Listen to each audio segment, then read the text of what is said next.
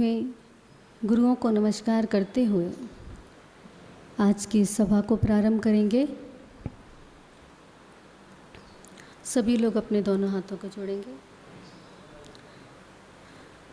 नमः श्री वर्धमानाय निर्धूतकलिलात्मने सालोकानां त्रिलोकानां यद्विद्यादर्पणायते गुरुवापान्तु नो नित्यं ज्ञानिदर्शननायिका चारित्राणविगम्भीरा मोक्षमार्ग उपदेशिका। जय बोलिए देवादिदेव एक हजार श्री प्रथम तीर्थेश आदिनाथ भगवान की।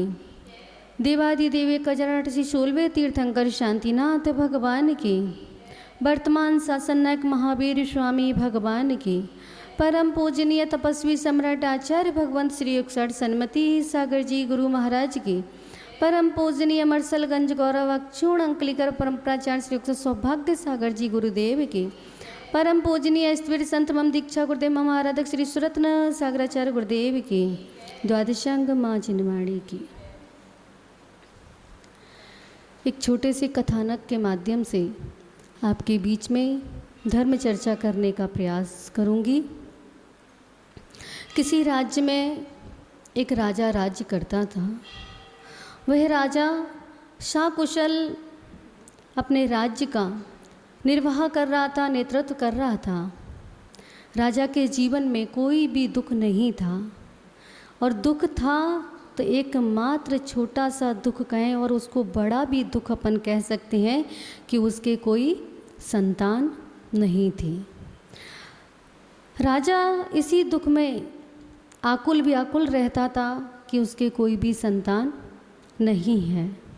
निरंतर बहुत प्रयास किए उसने, प्रार्थना स्थलों पर गया और बहुत सारे ऐसे प्रयास किए जिसने जो कहा हर जगह उसने अपना माथा टेका, परंतु राजा को पुत्र की प्राप्ति, संतान की प्राप्ति नहीं हुई। राजन एक दिन सुबह सुबह जंगल में शिकार खेलने के माध्यम से वह जंगल में गया, और जंगल में वह शिकार करने के लिए घूम रहा था तो अचानक से सडनली एक तांत्रिक बाबा उसको मिल जाता है। जैसे ही वह तांत्रिक बाबा राजा को मिलता है तो राजन उसके पास जाते हैं और जाकर के अपनी व्यथा को बताते हैं। क्योंकि कहा भी है जब किसी को कोई मिलता है ना तो उसकी उम्मीद जाग जाती है। उसे ये लगता है कि इसके माध्यम से मेरी जो इच्छा है उसकी पूर्ति होगी। तो राजा ने अपने दुख को बताया, और राजा के दुख को सुनकर के उस तांत्रिक बाबा ने उसको एक उपाय बताया। वह उपाय था कि आप किसी भी एक बालक की, किसी भी एक लड़के की पूर्णमासी को आप बलि देंगे तो आपको पुत्र की प्राप्ति हो जाएगी।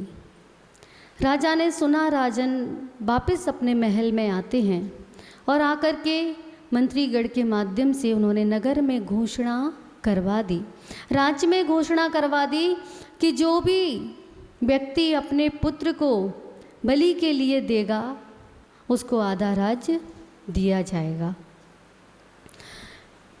इस प्रकार कई दिन बीत गए घोषणा होने के बाद, परंतु कोई भी नहीं मिला।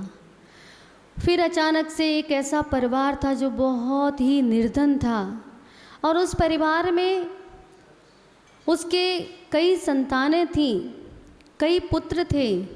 उसमें से एक पुत्र ऐसा था जो मात्र धर्म ध्यान करता था, परमात्मा के नाम का स्मरण करता था, और वो घर का कोई भी ऐसा कार्य नहीं करता था जिससे कि पिता को कुछ सहयोग प्राप्त हो।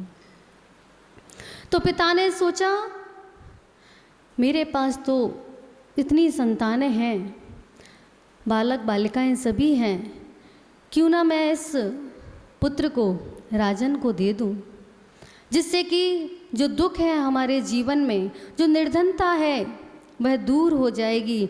और वैसे भी ये बालक तो निरंतर परमात्मा के स्मरण में डूबा रहता है, पूजा आराधना करता है, ये कोई काम तो करता नहीं है। स्वार्थ बहुत बड़ा होता है।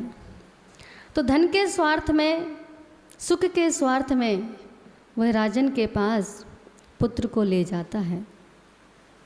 और पुत्र को जब पता चलता है कि मुझे क्यों ले जाया जा रहा है, तो वो बहुत ही विनती करता है, रोता है, गिड़गिड़ाता है, पिता से कहता है आप मुझे क्यों दे रहे हैं, आप मेरी हत्या करवाने के लिए मुझे राजा को क्यों सौंप रहे हैं। पर पिता कुछ नहीं सुनता है और राजन के पास ले जाकर उसको दे देता है। राजन भी मंत्रीगण से बोलते हैं कि पूर्णमासी आने वाली है और इसको बलि के लिए तैयार किया जाए। पूर्णमासी आती है, राजन के सामने उस बालक को लाया जाता है, अच्छे से उसको नहला धुलाकर अच्छे से वस्त्र पहना करके लाया जाता है। फिर राजन उस लड़के से कहते हैं कि तुम्हारी कोई इच्छा तो नहीं है, अगर तुम्हारी कोई इच्छा है तो मुझे बता सकते हो, मैं उस इच्छा को पूर्ण करूँगा। बालक कहता है वैसे तो मेरी कोई इच्छा नहीं है, अगर आप कर सकते हैं तो मेरी एक इच्छा है, उसको आप पूर्ण कर दें। तो राजन ने कहा बताएं। तो बालक कहता है कि मुझे कुछ रेत मंगा करके दी जाए। तो राजन आश्चर्य में पड़ जाता है कि आखिर में इसने रेत क्यों मांगी। इसने ये भी नहीं कहा कि मुझे छोड़ दिया जाए, इसने ये भी नहीं कहा कि मुझे अपने परिवारी जनों से मिलना है, इसने ये भी नहीं कहा कि मुझे ये वस्तु दी जाए, इसने ये भी नहीं कहा कि मुझे ऐसा भोजन खिलाया जाए। आखिर में इसने रेत को क्यों मांगा। परंतु कहते हैं ना, जब किसी की अंतिम इच्छा होती है तो उसको पूर्ण करना उस राजन का, या जो सजा सुनाता है उसका कर्तव्य बनता है।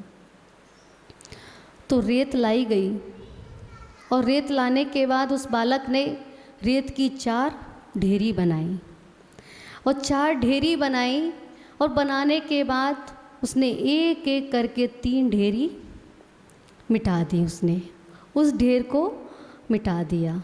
अब राजन वो देख रहा था कार्य, तो राजन सोचता है आखिर में ये कर क्या रहा है।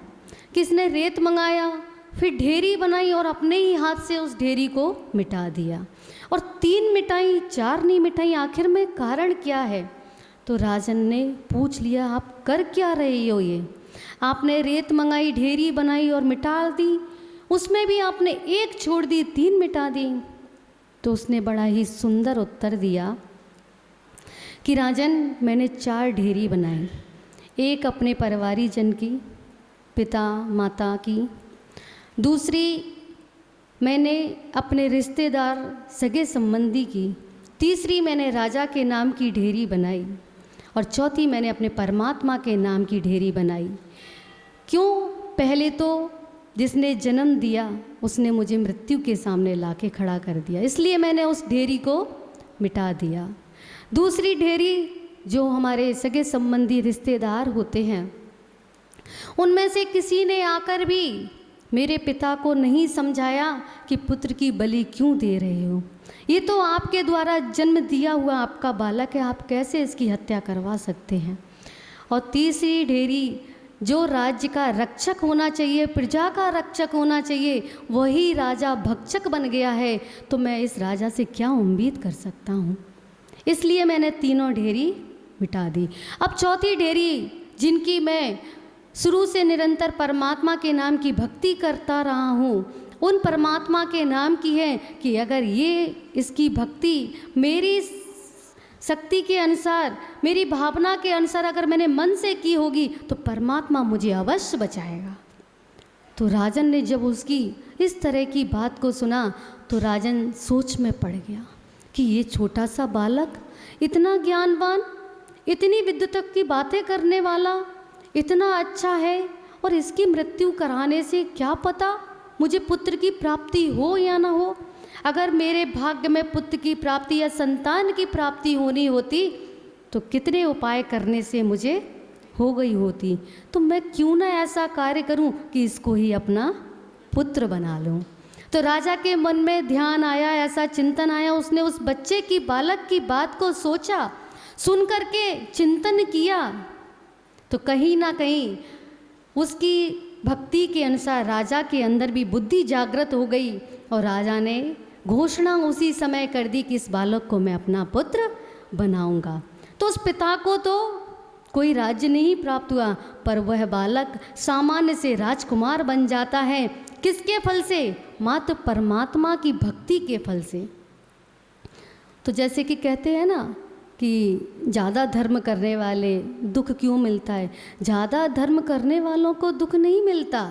दुख आपके पूर्वोपार्जित जो कर्म आपने किए हैं वो जब उदय में आते हैं तो उससे आपको दुख की प्राप्ति होती है। और अगर अच्छे कर्म आपने किए होंगे पूर्व में तो आपको सुख की प्राप्ति अवश्य होगी। इसमें आपका कोई ना दुख बांट सकता है ना सुख बांट सकता है। अगर कोई आपके दुख को बांट सकता है तो देव शास्त्र गुरु की भक्ति ही आपके दुख को बांट सकती है, अन्यथा तीन काल में कोई ऐसा नहीं है जो आपके दुख को दूर कर सके। इसलिए बंधुओं, कहने का तात्पर्य मात्र इतना है कि निस्वार्थ भाव से मात्र परमात्मा की भक्ति करते रहो, देव शास्त्र गुरु की आराधना करते रहो, तो आपके जीवन में कोई अहित करने वाला नहीं होगा। विश्वास तो रखना पड़ेगा, क्योंकि श्रद्धा और विश्वास अपने आप में बहुत पावरफुल होते हैं, और अगर इन पे हमारा श्रद्धा नहीं रहेगा तो हम अपने जीवन को मंगल में कभी भी नहीं कर सकते हैं। इसलिए आगे आने वाले पर्युषण पर्व, और पर्युषण पर्व तो हमारे जीवन में निरंतर रहने ही चाहिए। 10 धर्म बताए हैं, उन 10 धर्मों को स्वीकार करने की, अंतस में उतारने की बात कही गई है, ना कि बाहर से सिर्फ मनाने की या बाहर से सिर्फ दिखाने की बात कही गई है। इसी के साथ में मेरे इस कथानक से मात्र आपको यही संदेश देना था कि परमात्मा की भक्ति में कभी संशय नहीं करना, देव शास्त्र गुरु की आराधना में कभी शंका नहीं करना, और शंका कर ली तो आप सम्यक दृष्टि नहीं है, आप मिथ्या दृष्टि हो जाते हैं। इसीलिए कहना यही है कि निरंतर जिनेंद्र परमात्मा की भक्ति करते रहो, अपने जीवन को मंगलमय करते रहो, आपके जीवन में सुख अवश्य आएगा, आपके जीवन में समस्त कार्यों की सिद्धि होगी। इसी के साथ पूज्य आचार्य भगवंत के चरणों में नमोस्तु करते हुए अपनी बात को यहीं विराम देती हूँ। जय बोलिए परम पूजनीय परम प्राचार्य श्री सौभाग्य सागर जी गुरुदेव की। अब चलेंगे,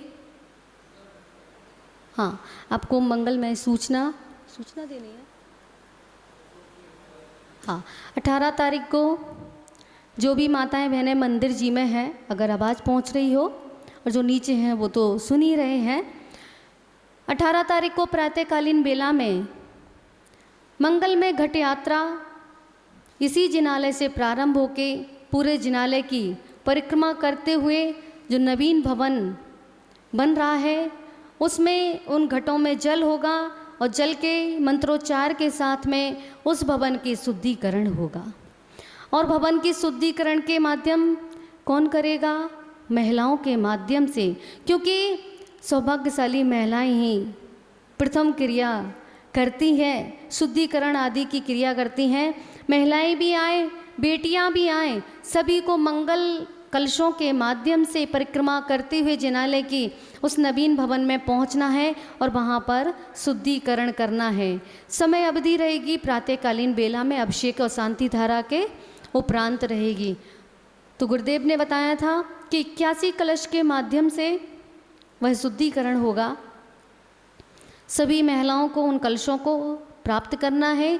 कलश मंदिर से आपको दिए जाएंगे, उनमें जल भरा होगा, उस पे श्रीफल आदि भी होगा, और हम सभी लोग मंगल भावना के साथ जहाँ पर भगवान का समवसरण लगने जा रहा है उस स्थान को शुद्धिकरण करेंगे और फिर 3 लोक के नाथ को वहाँ पर विराजमान करेंगे। और सायंकालीन बेला में 18 तारीख को एक भजन संध्या रखी गई है। वो किनके माध्यम से?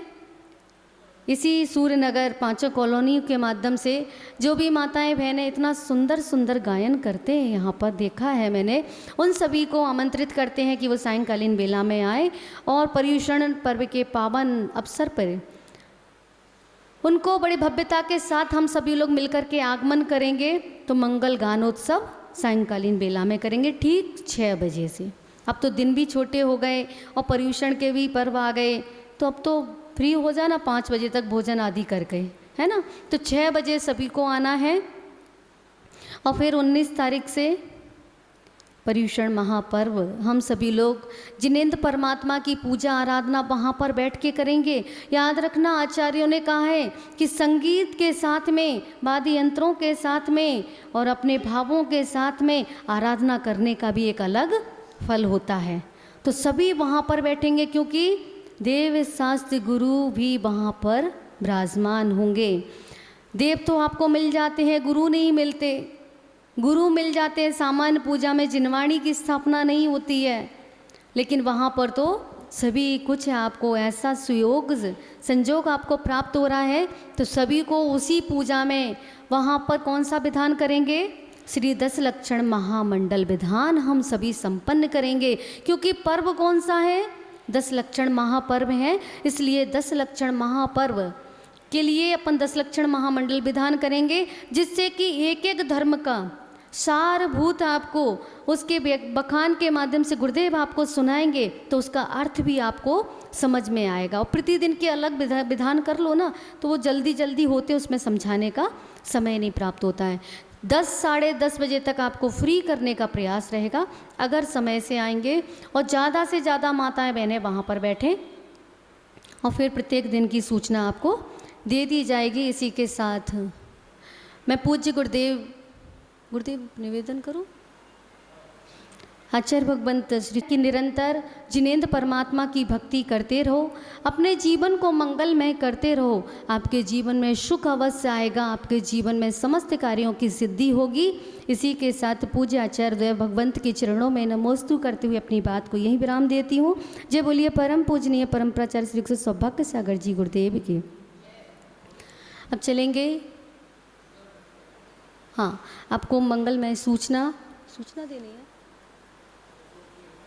हाँ, 18 तारीख को जो भी माताएं बहनें मंदिर जी में हैं, अगर आवाज़ पहुंच रही हो, और जो नीचे हैं वो तो सुन ही रहे हैं, 18 तारीख को प्रातःकालीन बेला में मंगलमय घट यात्रा इसी जिनालय से प्रारंभ होके पूरे जिनालय की परिक्रमा करते हुए जो नवीन भवन बन रहा है, उसमें उन घटों में जल होगा और जल के मंत्रोच्चार के साथ में उस भवन की शुद्धिकरण होगा। और भवन की शुद्धिकरण के माध्यम कौन करेगा? महिलाओं के माध्यम से, क्योंकि सौभाग्यशाली महिलाएं ही प्रथम क्रिया करती हैं, शुद्धिकरण आदि की क्रिया करती हैं। महिलाएं भी आए, बेटियां भी आए, सभी को मंगल कलशों के माध्यम से परिक्रमा करते हुए जिनालय की उस नवीन भवन में पहुंचना है और वहां पर शुद्धिकरण करना है। समय अवधि रहेगी प्रातःकालीन बेला में अभिषेक और शांति धारा के उपरांत रहेगी। तो गुरुदेव ने बताया था कि 81 कलश के माध्यम से वह शुद्धिकरण होगा। सभी महिलाओं को उन कलशों को प्राप्त करना है। कलश मंदिर से आपको दिए जाएंगे, उनमें जल भरा होगा, उस पर श्रीफल आदि भी होगा। और हम सभी लोग मंगल भावना के साथ जहाँ पर भगवान का समवसरण लगने जा रहा है, उस स्थान को शुद्धिकरण करेंगे और फिर 3 लोक के नाथ को वहाँ पर विराजमान करेंगे। और सायंकालीन बेला में 18 तारीख को एक भजन संध्या रखी गई है। वो किनके माध्यम से? इसी सूर्य नगर पांचों कॉलोनी के माध्यम से जो भी माताएं बहनें इतना सुंदर सुंदर गायन करते हैं, यहाँ पर देखा है मैंने, उन सभी को आमंत्रित करते हैं कि वो सायंकालीन बेला में आए और पर्युषण पर्व के पावन अवसर पर उनको बड़ी भव्यता के साथ हम सभी लोग मिलकर के आगमन करेंगे। तो मंगल गानोत्सव सायंकालीन बेला में करेंगे ठीक 6 बजे से। अब तो दिन भी छोटे हो गए और पर्युषण के भी पर्व आ गए, तो अब तो फ्री हो जाना, 5 बजे तक भोजन आदि कर गए, है ना। तो 6 बजे सभी को आना है। और फिर 19 तारीख से पर्युषण महापर्व, हम सभी लोग जिनेंद्र परमात्मा की पूजा आराधना वहाँ पर बैठ के करेंगे। याद रखना, आचार्यों ने कहा है कि संगीत के साथ में, वाद्य यंत्रों के साथ में और अपने भावों के साथ में आराधना करने का भी एक अलग फल होता है।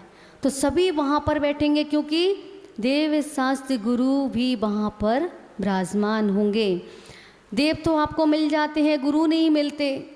गुरु मिल जाते हैं सामान्य पूजा में, जिनवाणी की स्थापना नहीं होती है, लेकिन वहाँ पर तो सभी कुछ आपको ऐसा सुयोग संजोग आपको प्राप्त हो रहा है। तो सभी को उसी पूजा में वहाँ पर कौन सा विधान करेंगे? श्री 10 लक्षण महामंडल विधान हम सभी संपन्न करेंगे। क्योंकि पर्व कौन सा है? 10 लक्षण महापर्व है। इसलिए 10 लक्षण महापर्व के लिए अपन 10 लक्षण महामंडल विधान करेंगे, जिससे कि एक एक धर्म का सारभूत आपको उसके बखान के माध्यम से गुरुदेव आपको सुनाएंगे, तो उसका अर्थ भी आपको समझ में आएगा। और प्रतिदिन के अलग विधान कर लो ना, तो वो जल्दी जल्दी होते, उसमें समझाने का समय नहीं प्राप्त होता है। 10 साढ़े 10 बजे तक आपको फ्री करने का प्रयास रहेगा, अगर समय से आएंगे। और ज़्यादा से ज़्यादा माताएं बहनें वहाँ पर बैठें और फिर प्रत्येक दिन की सूचना आपको दे दी जाएगी। इसी के साथ मैं पूज्य गुरुदेव निवेदन करूं, आचार्य भगवंत श्री करती हूँ कि वैसे तो पूज्य गुरुदेव की दिव्य देशना हम सभी को निरंतर प्राप्त हो रही है। जिसका पुण्य है वो श्रवण कर रहा है, और जिसका पुण्य नहीं है वो वहाँ से निकल जाता है। पर कोई बात नहीं, भगवान के समवसरण में भी दिव्य ध्वनि खिड़ती है, पर हर किसी को श्रवण करने का लाभ प्राप्त नहीं होता है। कल बताया था ना समवसरण का व्याख्यान। नाट्यशालाओं में इसमें उसमें जीव घूमते रहते हैं, आनंद लेते रहते हैं, पर अष्टम भूमि तक, वहाँ तक कौन पहुँच पाते हैं? भव्य ही पहुँच पाते हैं श्रवण करने के लिए। तो मैं निवेदन करूँगी, हे गुरुदेव, आप अपने मंगलमय ओजस्वी वाणी से हम सभी को धर्म का मार्ग बता करके हमारे जीवन को मंगलमय करें। नमोस्तु गुरुदेव, नमो।